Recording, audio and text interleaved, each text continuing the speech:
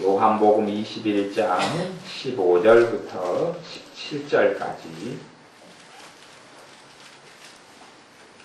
같이 읽습니다. 요한복음 21장 15절부터 17절까지.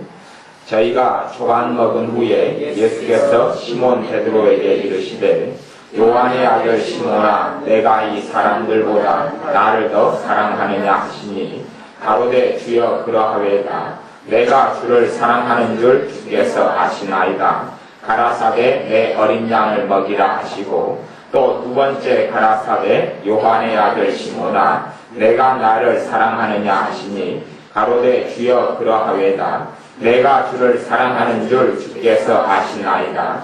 가라사대 내 양을 치라 하시고, 세 번째 가라사대 요한의 아들 시몬아, 내가 나를 사랑하느냐 하시니 주께서 세 번째 내가 나를 사랑하느냐 하시므로 베드로가 근심하여 가로되 주여 모든 것을 아시오매 내가 주를 사랑하는 줄을 주께서 아시나이다. 예수께서 가라사대 내 양을 먹이라. 아멘. 주님께서 베드로를 만나셨는데 이 베드로는 주님의 수제자였고 제자 중에 수제자였고 또한 주님을 신실하게 섬겼고 주님께 말씀을 배웠던 사람이고 주님과 동행했던 사람입니다. 그럼에도 불구하고 베드로가 주님께서 십자가에 달리시기 전에 주님을 3번을 부인하고 도망갔던 사람입니다. 그 베드로를 주님께서 부활하신 후에 한 2번 만나시고 그 다음에 지금 이 갈릴리 바닷가에서 다시 만나십니다. 그리고 베드로를 만나셔서 주님께서 아침을 챙겨서 먹이신 다음에 하시는 말씀이 뭐냐 하면 요한의 아들 시몬아, 내가 이 사람들보다 나를 더 사랑하느냐 묻습니다. 요한의 아들 시몬아, 너가 이 사람들보다 나를 더 사랑하느냐 묻습니다.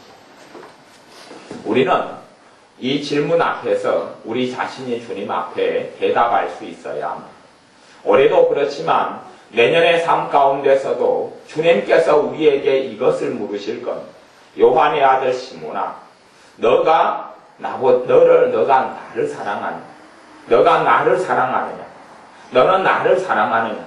진짜 너 심령 속에 너 마음 속에 나를 사랑하는 것이 있느냐? 그걸 물으실 겁니다. 우리 주님께서 성전에 어느 날 들어가셨는데 성전 안에, 성전은 하나님께 예비하는 곳이고 하나님을 경배하는 곳인데 성전이 장사하는 사람들로 뒤범벅이 된 것을 보시고 주님께서는 참지 못하셨습니다. 그 안에 하나님을 사랑하는 열심 때문에 견딜 수 없으셔서 그 성전을 노끈으로 채찍을 만드셔서 뒤집어 엎으셨습니다. 왜냐하면 아버지 하나님을 주님은 사랑하셨기 때문에 그렇습니다. 우리 안에 주님에 대한 사랑이 있어야 합니다. 내게 질문하여서 과연 나는 주님을 사랑하는가? 과연 나는 아버지 하나님을 사랑하는가? 과연 나는 성령 하나님을 사랑하는가? 라고 질문해 보아야 하고 거기에 냉정하게 내 자신이 무슨 대답을 할 수 있는지를 돌아보아야 합니다. 하나님은 결코 우리의 겉으로만의 응답에 속아 넘어가실 분이 아니기 때문에 주님께서는 우리에게 과연 너가 나를 사랑하네. 이제 한 해가 지나갔고 한 해가 지났는데 너가 작년보다 올해 아니면 올해 1년 내내 나를 사랑하는 데 있어서 진보하였느냐? 내년엔 너가 작년보다 올해엔 나를 더 사랑하느냐라고 물으실 겁니다. 사실은 우리의 삶 가운데 여러 가지 허물도 있고 부족한 점도 많은데 성경의 사도 요한을 통해서 하나님께서 하시는 말씀이 사랑은 허다한 죄를, 허다한 허물을 덮느니라 말씀합니다. 무엇보다도 그 사랑이라는 것은 타인 이전에 하나님을 사랑하는 사람이 내 허물과 내 죄를 덮는다는 뜻이 첫 번째 의미입니다. 정말로 우리가 어떤 사람에 대해서도 그렇습니다. 그 사람에 대해서 우리가 잘못도 많고 허물도 많다 할지라도 그 사람을 진정으로 사랑하고 나아간다면 그 사람은 자신에 대해서 상대방이 저지른 잘못과 결점을 넘어서서 자기를 사랑하는 것을 진심을 알아줄 것이고, 때론 사람이 그 진심을 모른다 할지라도 하나님 앞에서 하나님의 자녀가 보여드리는 진심은 반드시 알아보십니다. 그러니 우리의 삶 가운데 허물이 많고 부족함이 많다 할지라도 과연 내가 주님을 사랑하는 데 있어서 진보했느냐를 물어야 합니다. 내가 주님을 사랑하는 것이 별로 없다 그러면 내 삶 가운데는 성령 하나님께서 별로 역사하시지 않았을 것이고, 또한 우리의 삶의 열매는 성령님께서 맺혀주는 거기 때문에 삶의 열매도 별로 거두지 못했을 겁니다. 내가 얼마나 기도를 했느냐 이 문제가 아닙니다. 내가 얼마나 주일 예배에 열심히 빠지지 않고 참석했느냐, 얼마나 주정헌금을 드리고 얼마나 헌금 생활을 잘 했느냐가 문제가 아닙니다. 주님께서는 그렇게 물으실 겁니다. 너가 나를 정말 사랑해서 예배드리고 있느냐? 너가 정말 나를 사랑해서 헌금하고 있느냐? 너가 나를 사랑해서 기도하고 있느냐? 너가 나를 사랑해서 내 말씀을 묵상하고 있느냐? 너가 나를 사랑해서 찬양하고 있느냐? 너가 나를 사랑해서 자녀들을 키우고 있느냐? 너가 나를 사랑하기 때문에 가정생활을 하느냐? 너가 나를 사랑해서 직장생활을 하느냐? 그걸 물으시는 겁니다. 우리 안에 주님에 대한 사랑의 동기가 없고 사랑의 뜨거움이 없고 식어져 가면 우리 자신을 돌아보아야 합니다.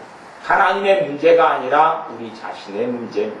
주님께서 자신의 제자 베드로를 만나셔서 너가 이 사람들보다 나를 더 사랑하느냐 묻습니다. 단지 베드로는 주님께 주여 그러하외다 라고 이야기하시고 그 3번의 질문으로 베드로의 중심에 있는 확고한 응답을 주님께서 찾아보시는 거예요. 한 번의 질문에는 우리가 쉽게 그러합니다 라고 대답할 수 있을는지 모르겠습니다. 내가 내 자신에게 한 번 물었을 때 과연 나에게는 주님을 사랑하는 것이 있는가 물었을 때 쉽게 한 번의 질문에는 그렇다 대답할 수 있을지 모르겠습니다만은 다시 냉정하게 내가 내 자신에게 정말 나는 주님을 사랑하면서 살고 있는가? 나는 정말 주님을 사랑하여서 예배드리고 있는가? 나는 정말 주님을 사랑하여서 인생의 남은 때와 삶을 보내고 있는가? 반복적으로 묻는다면 내 안에 숨겨진 동기와 숨겨진 속사람의 마음이 드러날 수밖에 없습니다. 그러니 우리가 우리 자신에게 더 냉엄하게, 더 객관적으로 반복하여서 질문할 필요가 있습니다. 단지 주님을 사랑한다는 것은 감정의 문제만이 아닙니다. 주님을 사랑하는 사람은 주님의 십자가를 지고 가기 때문에 그렇습니다. 주님께서는 베드로를 부른 이유가 단순히 3년 동안 함께 있게 하기 위하여서 부른 것만이 아니고 베드로를 주님의 말씀으로 깨끗하게 하셔서 구원받게 하시기 위해서만이 부른 게 아니고 베드로를 통하여 교회를 이루시려고 베드로를 통하여 하나님의 나라를 확장시키고 세우시려고 부르셨고 베드로를 부르실 때 이미 베드로에게 사도로서의 사명을 주셨습니다. 그런데 베드로는 사도로서의 사명을 자신의 실패와 절망 때문에 버려두고 자신의 과거의 직업인 고기잡으로 돌아갔던 겁니다. 자기의 과거의 직업인 어부 생활로 다시 돌아갔습니다. 자신의 허물과 자신의 문제점을 보니 주님의 사명을 감당할 아무런 자격이 없다는 것을 스스로 생각하고 과거의 고기 잡는 생활로 돌아갔고 주님은 다시금 베드로에게 묻기를 만나셔서 너가 과연 나를 사랑하느냐 묻습니다. 베드로는 그렇다 그렇습니다 라고 응답하지요. 정말 내 마음을 보시는 주님, 내가 주님을 사랑하는 줄을 주님께서 아십니다 라고 대답은 합니다. 그럴 때 주님의 말씀이 무슨 말씀이냐 하면 내 어린 양을 먹이라 말씀하시는 거예요. 내 어린 양을 먹이라는 말씀은 과거에 베드로에게 주셨던 사명입니다. 베드로가 감당해야 될 사명입니다. 너가 정말 나를 사랑한다면 내 어린 양을 먹이는 자리에 있어야 할 것이 아니냐. 너가 나를 사랑한다면 내 십자가를 지고 걸어가야 할 것이 아니냐. 너는 지금 너가 나를 사랑한다고 말할지 몰라도 내 십자가, 내가 너에게 준 사명을 너는 벗어버리고 고기 잡고 있는 것이 너 모습이 아니냐. 과연 너가 진짜로 나를 사랑한다고 대답할 수 있겠느냐 하는 것이 이 주님께서 하시는 질문 속에 숨어있는 내용입니다.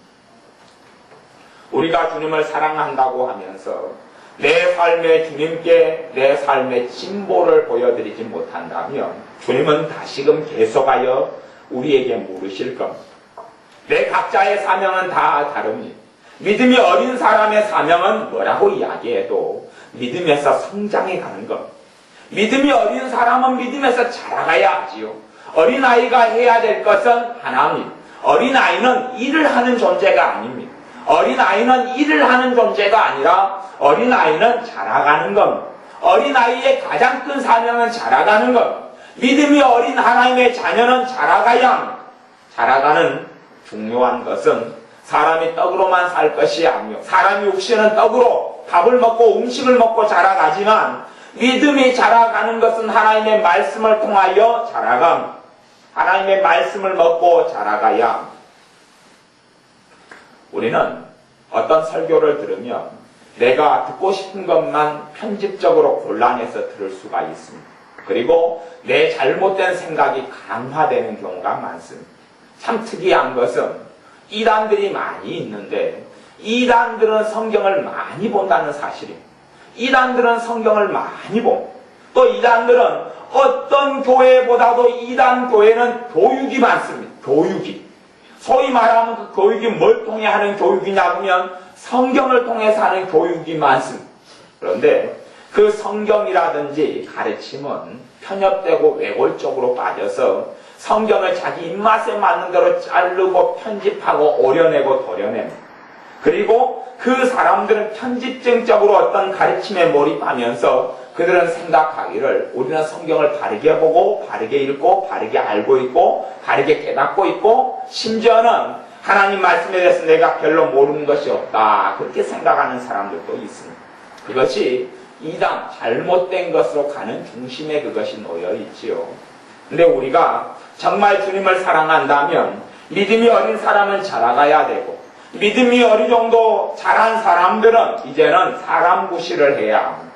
우리의 삶에서 주님 앞에 진보를 보여드리지 않고 내가 주님을 사랑합니다라고 말한다는 것은 주님께서 자꾸만 반복적으로 우리에게 물으실 수밖에 없습니다.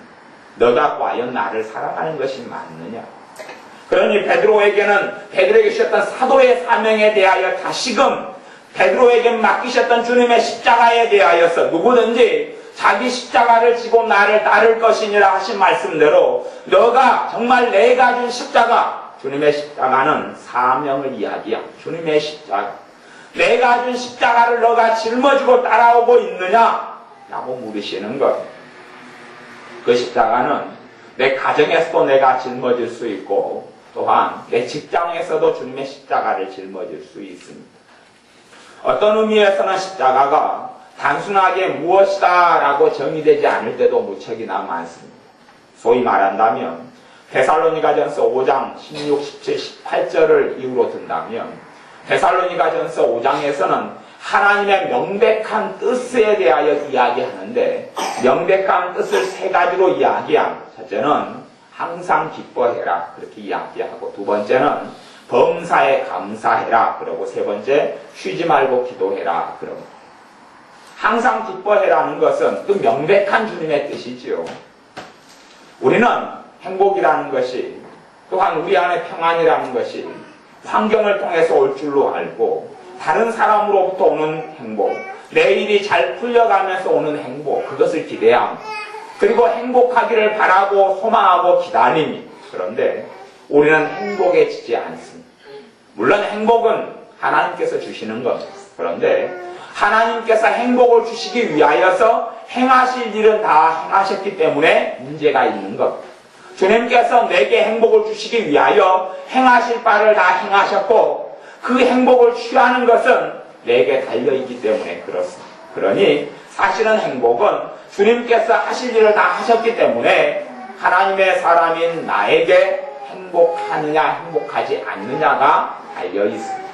내가 주님의 기쁨을 받아들이면 그 기쁨이 내 안에 들어올 것이고, 내가 환경 때문에 기쁨의 요소를 찾고 기쁨이 올 때까지 기다린다면 절대 주님의 기쁨이 내 안에서 역사하지 않습니다. 우리는 선택해야 합니다.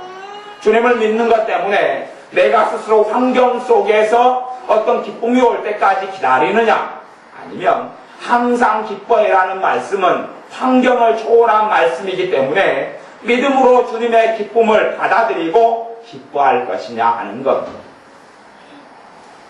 상당히 재미난 일은 그런 것 아닙니까? 주님이 항상 기뻐하라는 말씀보다 우리는 코미디 프로를 더 믿는 경향이 있어요. 아니면 드라마의 능력을 더 믿는지도 모르겠습니다. 드라마의 능력이라는 것은 기분을 좋게 하고 마음을 즐겁게 하는 드라마 한 편을 보면 우리의 마음이 뿌듯하지 않습니까? 우리의 마음에 쾌감이 생기지 않습니다. 드라마 한 편을 보는데 환경은 작용한 게 없습니다. 내 가족이 변한 것도 아니고 큰돈이 들어온 것도 아니고 집을 한 채 산 것도 아니고 차를 한 채 산 것이 아닙니다. 단지 그냥 허무맹랑한 꾸민 이야기, 허무맹랑한 배우들이 연기한 이야기를 나는 좀 봤을 뿐입니다. 그것을 1시간 봤는데 내 마음이 행복해지는 것, 그렇지요? 그리고 그 행복이 몇 시간도 가고 다음날까지 가고 그 드라마 장면만 생각해도 마음이 뿌듯해집니다. 그래서 행복을 며칠 동안이든 잠깐 동안이든 취합니다. 무슨 일이 벌어졌습니까? 우리는 하나님의 말씀보다도 드라마의 행복을 더 믿는 것이지요. 그렇습니다. 또한 우리가 오락 프로그램이나 아니면 재미나는 유머 프로그램을 보면 그런 데서 개그맨들이 나와서 재미나게 연기를 합니다. 지금이야 별로 애들이 웃기지를 못하지만 과거에 웃으면 보기 하요 같은 것은 얼마나 웃겼습니까? 그것만 보면 기분이 그냥 찢어지게 좋습니다. 그리고 배꼽을 잡고 웃습니다. 그들이 단지 만들어낸 이야기에 내가 감동하는 거죠. 그리고 내 마음에 금방까지 있던 염려와 걱정이 그 오락 프로그램 웃으면 보기 와요를 보면서 내 안에 있는 근심과 염려가 잠깐이든지 하룻밤 동안이든지 사라집니다. 도대체 무슨 일이 일어나는 겁니까? 사실은 우리가 그런 면에서 오락 프로그램이나 아니면 드라마를 더 믿을 수도 있습니다. 우리는 주님께서 말씀하신 대로 항상 기뻐해라는 말씀대로 기쁨을 내가 스스로 믿고 받아들이지 않으면 기쁨이 올 때까지 아무리 기다려봐야 오지 않는다는 사실입니다. 아무리 행복하기를 기다려봐야 행복이 생기지를 않습니다.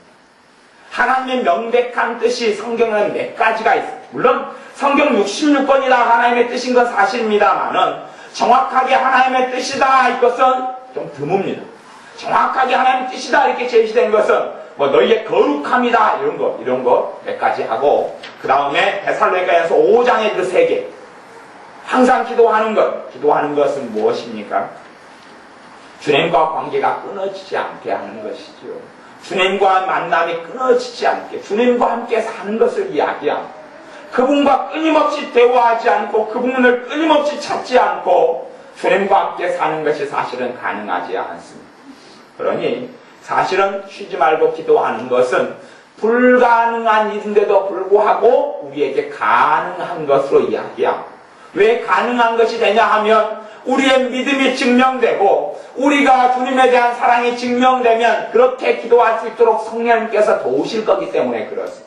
내 힘으로는 쉬지 않고 기도하는 것이 불가능합니다. 가능하지 않습니다. 하지만 내가 주님에 대한 사랑으로 나아간다면 성령님께서는 그렇게 역사하십니다. 그렇게 역사하십니다. 어떤 면에서는 깊이 들어간다면 모든 일에 감사하는 것과 항상 기뻐하는 것과 쉬지 않고 기뻐하는 것은 따로 떨어져 있는 것이 아니고 한 문구입니다. 한 문구이어서 하나를 얻으면 또 하나가 얻어지고 또 하나를 얻으면 또 하나가 얻어지고 하나가 이루어지면 또 하나가 이루어지고 또 하나를 이루면 또 하나가 이루어지는 관계입니다. 하나를 내가 얻으면 점점점 다른 부분까지 이어져 가고 하나가 이루어져 가기 시작하면 감사가 이루어져 가기 시작하면 기쁨도 사라져 가고 기도도 사라져 가고 감사가 생겨나기 시작하면 아니면 기쁨이 생겨나기 시작하면 기쁨을 내가 믿음으로 기뻐한다는 이야기. 아니 오락 프로그램 보고도 웃는데 하나님께 순종하여 왜 웃지를 못합니까? 오락프로그램 보고 유머 보고도 드라마 보고도 너무 기뻐서 감동의 눈물을 흘리는데 헤어졌던 사람이 아니면 오해 때문에 헤어졌던 연인이 오해를 풀고 서로 포옹하고 끌어안는 장면을 보면서 우리 마음에 눈물이 흐르지. 야, 정말 기쁜 일이다. 단지 연기를 보고 우리는 너무 기뻐서 울죠. 드라마를 보면서. 그런데 왜 믿음으로 기뻐할 수 없느냐 하는 겁니다. 사실은 우리가 우리를 속이고 살아가는 거예요. 왜 그렇게 살지 못하느냐? 그렇게 이야기한다면 우리가 주님을 사랑하지 않기 때문에 그렇습니다. 우리가 주님을 사랑하지 않기 때문에 주님의 말씀에 순종하는 것에 대하여 관심을 기울이지 않습니다.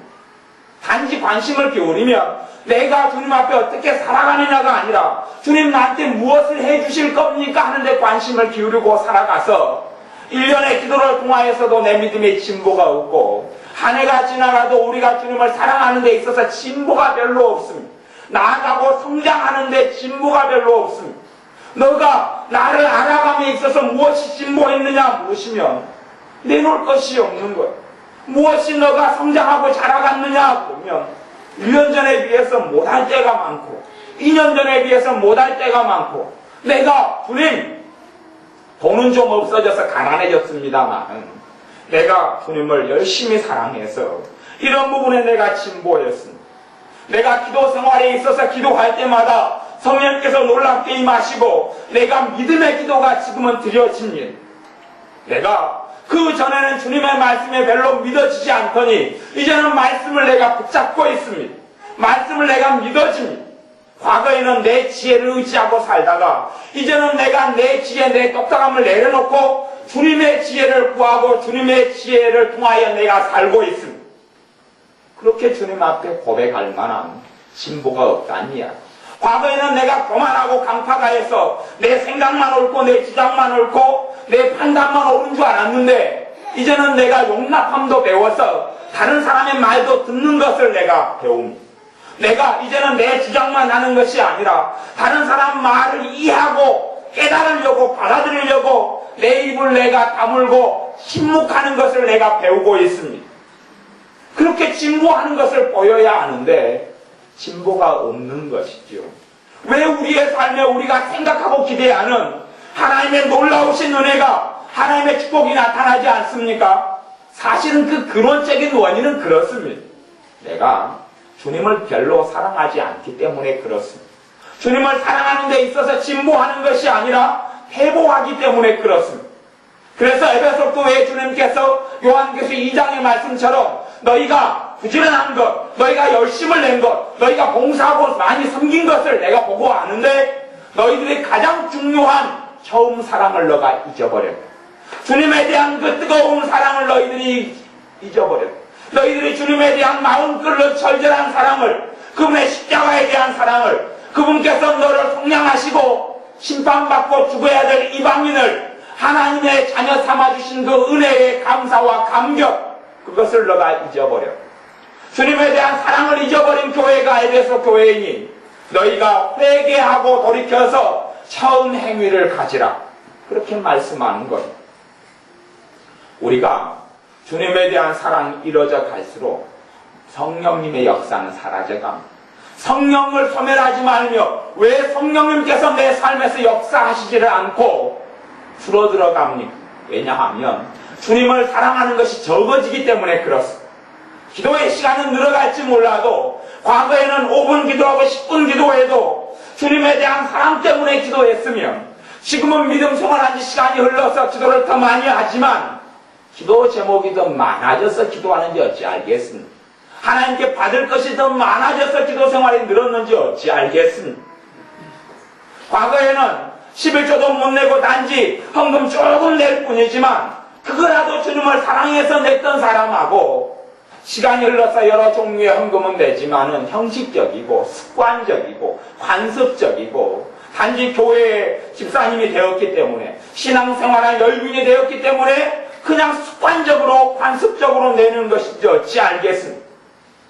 그러니 우리의 삶 가운데 주님의 물으심에 주님의 너가 이 사람들보다 나를 더 사랑하느냐는 물음에 단순히 감정적으로 그렇다라고 대답할 성질이 아니라 베드로에게 묻는 것이, 그러면 너가 정말 나를 사랑한다면 내 어린 양을 쳐야 하고 내 양을 쳐야 하고 내 양을 먹여야 하고 내 어린 양을 돌보야 하는 내 사명, 그 사명을 너가 감당하고 있는 것을 내가 보겠다 하는 주님의 말씀을 우리가 생각해 보아야 합니다. 그러니 우리 안에 주님을 사랑하는 것이 진부하고 나아간다면 놀라운 주님의 은혜도 우리의 삶에 진부하고 훨씬 나아갈 겁니다. 사실은 우리의 삶에 신앙이 어릴 때에 하나님께 정말 많은 것들을 받지 못하는 수가 많이 있습니다. 의외로 우리가 많은 것을 구하지만 주님께서 많은 것을 주지 않을 때도 많습니다. 사실은 그 이유 중에 하나는 그렇습니다. 우리가 주님께 기도하는 것마다 받는 그런 신앙에 이른다면, 아니면 내가 주님께 기도하는 것마다 주님께서 주신다면, 우리는 어느 때부터 우리가 주님을 찾는 이유가 받기 위해서 찾게 됩니다. 내가 뭔가를 받기 위해서 주님께 기도하고 예배 한번 드릴 때마다 주님이 뭔가를 주신다면, 이제는 순수한 주님에 대한 사랑 때문에 예배 드리는 것은 점점점 사라져버리고 맙니다. 그래서 예배가 끝난 다음에 뭔가를 주님께로부터 못 받는다면 주님 왜 안 줍니까? 순수한 사랑이 사라져버리고 맙니다. 자식들이 착한 일을 좀 하고 성격이 좀 오르고 자식들이 부모 말을 좀 잘 들을 때면 부모가 보상을 잘 해주는 부모가 있습니다. 보상을 잘 해주는 부모가 있다면 그 부모는 앞으로 큰 일을 저지를 준비가 되어져 있는 사람입니다. 그 부모는 자식을 이제 망칠 큰 계획을 가지고 있고 몇 년이 지나면 자식은 반드시 망가집니다. 자식은 반드시 망가집니다. 착한 일을 했을 때, 심부름을 했을 때 돈을 주고, 또 착한 일을 했을 때 주고, 성격이 오르면 돈을 주고, 또 동생을 잘 돌보면 과자를 사주고, 이렇게 보상을 잘 해주는 엄마 아빠가 있으면 자식들은 더 좋아라 그래서 겉으로는 엄마 아빠에게 보상을 받기 위해서 열심히 합니다. 더 열심히 해요. 그럼 부모가 겉에서 보기에는 야, 내 자식들이 많이 변화됐구나 싶습니다. 그런데 정말 큰 위험을 앞두고 있는 겁니다.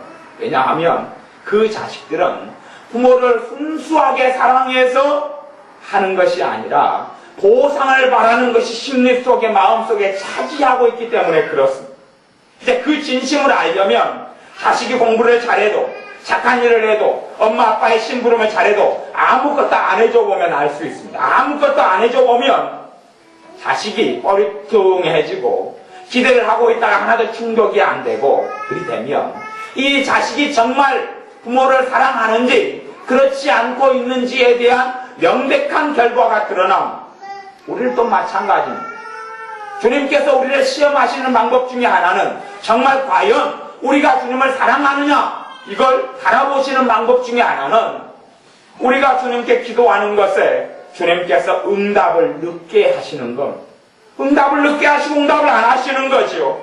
그러면 이제 우리가 진짜 주님을 사랑한다면 사실은 응답을 해주면 좋지만 응답을 안 해주셔도 주님에 대한 사랑은 변함이 없고 그분에 대한 사랑은 더 갈수록 뜨거워져 가야 합니다. 그런데 정말 순수한 마음에서 주님을 별로 사랑하지 않는 사람들은 응답을 기대하고 자기의 때에 주님의 응답을 기대하는데 자기의 때에 응답이 안 오는 것을 보고 실망하고 주님께 뭔가를 이상하다고 그럽니다. 주님 뭔가가 이상함. 왜 내 때에, 왜 내 기도에 주님은 응답하지 않습니까? 왜 응답이 늦습니까? 왜 이런 일이 벌어집니까? 그러고 사실은 나아가는데 그 사람 안에 진실한 주님에 대한 순수한 사랑이 변질되어 버렸고 달라져 버렸다는 것이 나타나기 시작하는 겁니다. 사람은 자기가 열심히 예배하고 열심히 기도드리면 주님에 대한 사랑이 커졌다고 착각하기는 너무 쉽습니다. 하지만 주님에 대한 사랑은 그런 것과는 다릅니다. 그러니 여러분들의 2010년의 한 해 동안에 바라봐야 될 목표점이 무엇이냐 하면 주님에 대한 사랑이 커져가는 것, 주님에 대한 사랑에서 진보하는 것, 주님을 사랑하는 데서 자라가야 하는 것, 그 순수함을 놓치지 않는 것, 그것이 가장 중요한 것. 왜냐하면 다른 모든 것들이 거기에 달려있기 때문에 그렇습니다. 주님에 대한 사랑을 잃어버리면 결국에는 다 잃어버릴 겁니다. 다 잃어버리게 됩니다. 주님에 대한 사랑을 확고히 붙잡고 있고 주님을 사랑하는 것에서 진보하고 나아간다면 사실은 모든 것을 얻게 될 것이기 때문에 그렇습니다. 너희가 자기 목숨을 살리고자 하는 자는 죽을 것이요 나를 위하여 자기 목숨을 버리는 자는 살리리라. 주님을 위하여 죽고자 하는 자는 살고 나를 위하여 살고자 하는 자는 죽는다는 이야기입니다. 주님을 위하여 목숨을 버리는 데까지 이르라는 이야기입니다.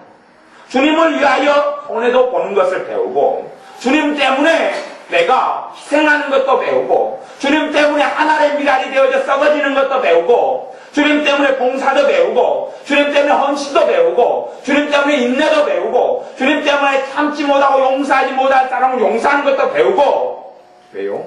주님을 사랑하는 자는 마땅히 그래야 할 것이기 때문에 그렇습니다. 왜냐하면 주님께서 끊임없이 우리를 사랑하시기 때문에 그렇습니다. 주님께 나올 때마다 주님께서를 용납하시고 용서하시기를 끊임없이 하시기 때문에 그렇습니다.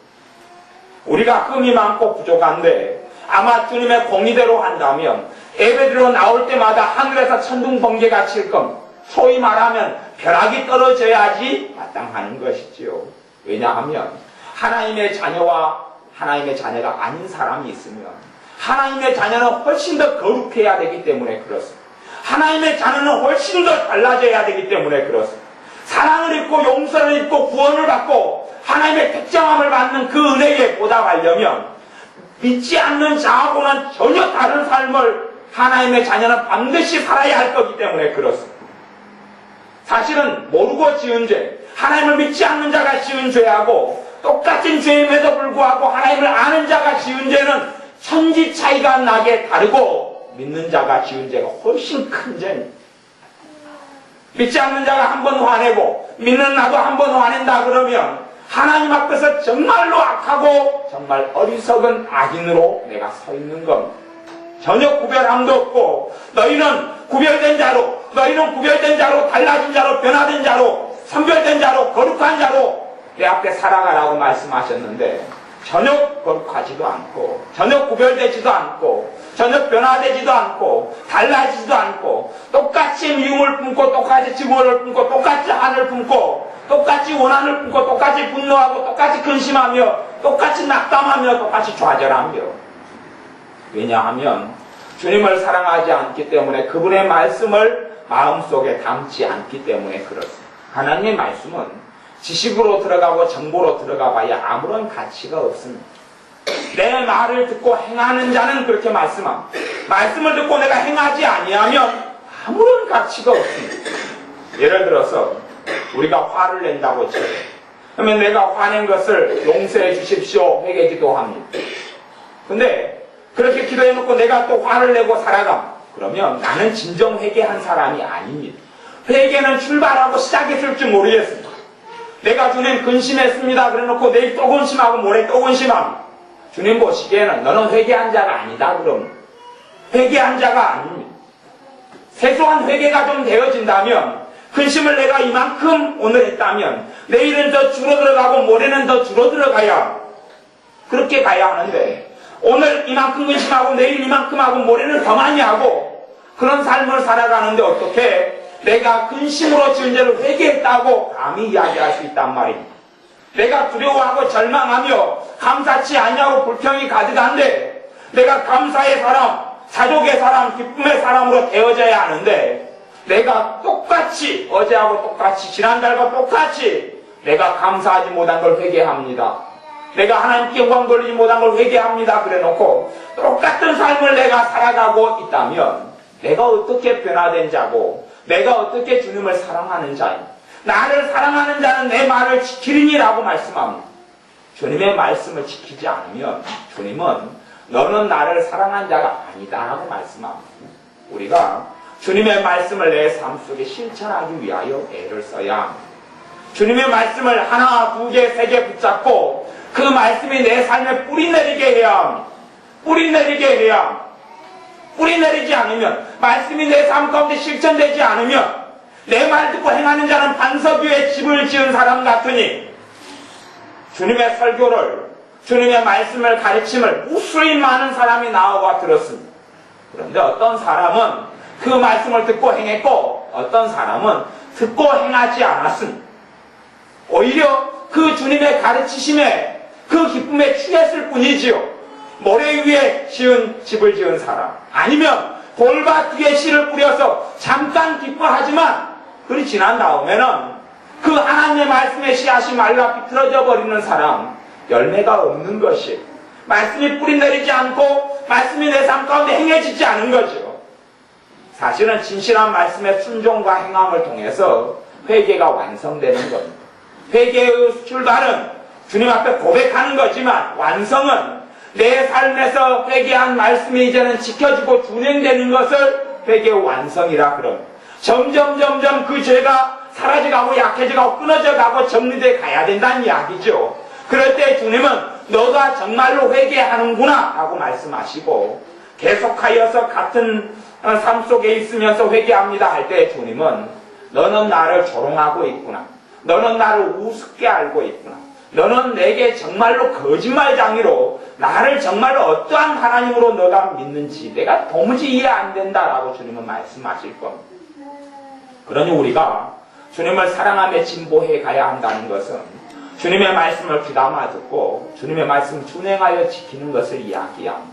그런 삶이 새 속에서 우리 안에 열매 맺을 때 그렇게 되어갈 때마다 주님의 거룩하신 성령님의 역사는 강해져 갈 것이고 하나님의 사랑은 우리 안에 더 뜨겁게 불타오를 것이고 우리의 삶에 주님께서 아름다운 열매들로 맺혀주실 겁니다. 기도하겠습니다. 아버지 하나님, 주님께서 너가 나를 사랑하느냐라고 물으신다면 감히 그렇습니다. 내가 주님을 사랑합니다라고 대답할 수 없사오니 용서하여 주시고 이제는 주님께서 너가 나를 사랑하느냐라고 물으실 때에 사랑합니다라고 고백할 수 있도록 우리의 삶이 변화되게 하시고 달라지게 하시고 구별되게 하시고 거룩해 되게 하여 주옵소서. 주님을 사랑하는 자는 주님의 말씀을 지킨다 하셨사오매 주님의 말씀을 준행하여 지킴으로 주님을 사랑하는 것을 이루어가며 주님의 사랑에 대하여 더 뜨거워져 가는 우리 되게 하여 주옵소서. 예수님의 이름으로 기도하옵나이다. 아멘.